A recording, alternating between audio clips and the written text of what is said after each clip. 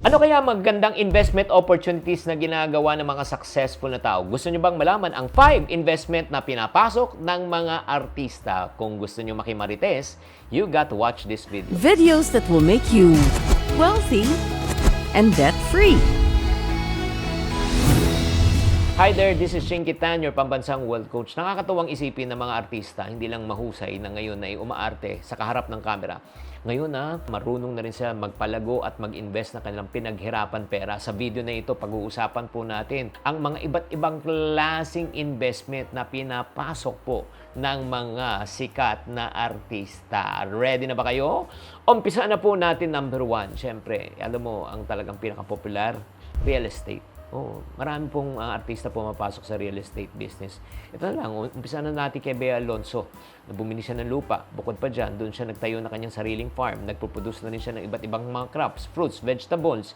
Dinidistribute na rin niya sa local market. O, di ba? Pangalawa po ay siyempre yung kilala po natin kaibigan ko na si Richard Gomez. Si Richard Gomez din, nako, grabe. Naging successful din po yan sa real estate. Natatandaan ko, inento niya, bumili siya sa Mariposa, magkano lang binili niya. Kung magkano binili niya, I think na times 10 po niya. Pagkatapos niya na times 10, bumili siya ulit sa Green Hills. Yung binili niya sa Green Hills, naku, tumaas na rin ang presyo. In other words, ngayon, meron na rin siyang bahay sa, I think, sa Forbes or Dasma. O, di ba? From maliit lang, lumaki ng lumaki. Ganon din si Bella Ports, ha? Si Bella Ports po yung kilalang pong TikToker. Alam mo ba, ito, nag-invest din sa real estate. Maliban pa dyan, alam mo, may-ari siya ng mga rental property sa US at meron pa sa Asia. As a matter of fact, siya po yung pang-5 best celebrity investors po according to Celebrity Investor Magazine. At ang network lang naman niya, umaabot na ng $5 million.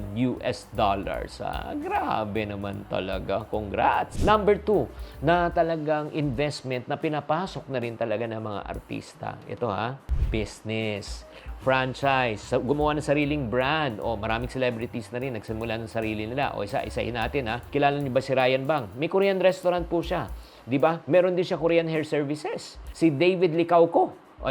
Meron din food business yan, coffee, at the same time, construction company. Si SB19 Paulo, CEO ng sariling entertainment company. Si Elise Hoson, may beauty service business. Si Catherine Bernardo, meron siyang photo studio business. So in other words, marami ng personalidad talaga ang pumasok na rin sa larangan ng pagnenegosyo. Smart move din yan.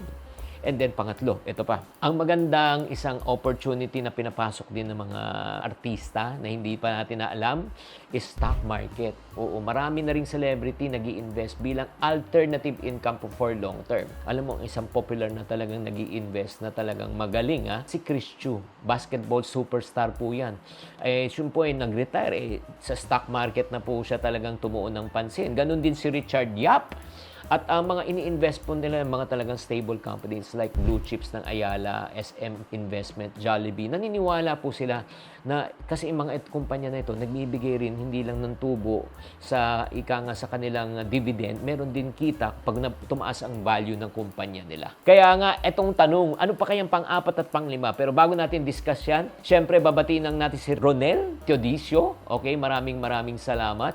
Si Arjong at saka si Jacel May Hinaban, maraming salamat po. Pang-4 na pinapasukan niya, hindi niyo napapansin. Mga artista sa pinilakang tabing sa TV, saan na pumupunta? Alam niyo na, social media. Pinasok na rin yung content creation. Nagsimula na gumawa ng YouTube channel, Facebook channel, TikTok channel. Diba? Para mapalawak ang kanilang reach, At syempre naman, alam mo naman, millions of views is equivalents of millions of pesos. Isa-isayin na po natin kung sino. Unahin na po natin, syempre si Alex Gonzaga. Diba? One of the pioneer yan. Si Tony Gonzaga, magkapatid yan. Pagkatapos yan, sino pa yung si Lucky Manzano, nandun na rin po. Nagbablog-vlog na rin po. So in other words, maganda na rin pong fallback yan just in case na wala silang matanggap na project or endorsement. Diba? So, yan po yung naisip po nila. Diba? Ang galing talaga. And then 5. Ang 5 na pinasukan na rin ng mga investment ng mga artista sa larangan ng pagtuturo at education. Tulad ni Francine Diaz, di ba? Naging busy ng schedule niya. Nakaka-proud talaga si Francine Diaz. Meron na po siyang mga school. Ito pa, si OG Diaz mismo. Meron na rin siyang school na nagtuturo about acting. talagang napakadami na pong mga opportunities right now na pinasukan ng mga celebrities. Kasi alam po nila, hindi naman habang buhay na may karir. Alam nyo ba, ito atin-atin lang to bilang pangwakas. Alam mo ba, dati ako rin nag-artista. Naniniwala ka ba? Kung naniniwala ka, type naniniwala. Pero ito yung na-realize ko eh.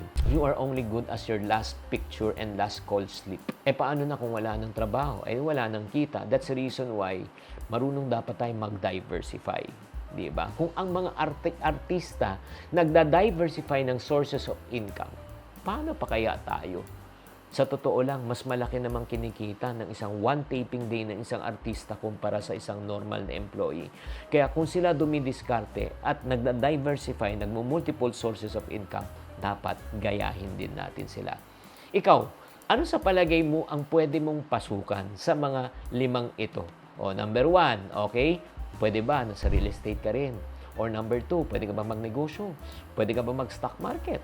Pwede ka ba rin mag-content creation? O pwede ka pumasok sa larangan ng edukasyon? Ano sa palagay mo ang babagay po sa inyo? Paki-comment na lang sa comment section.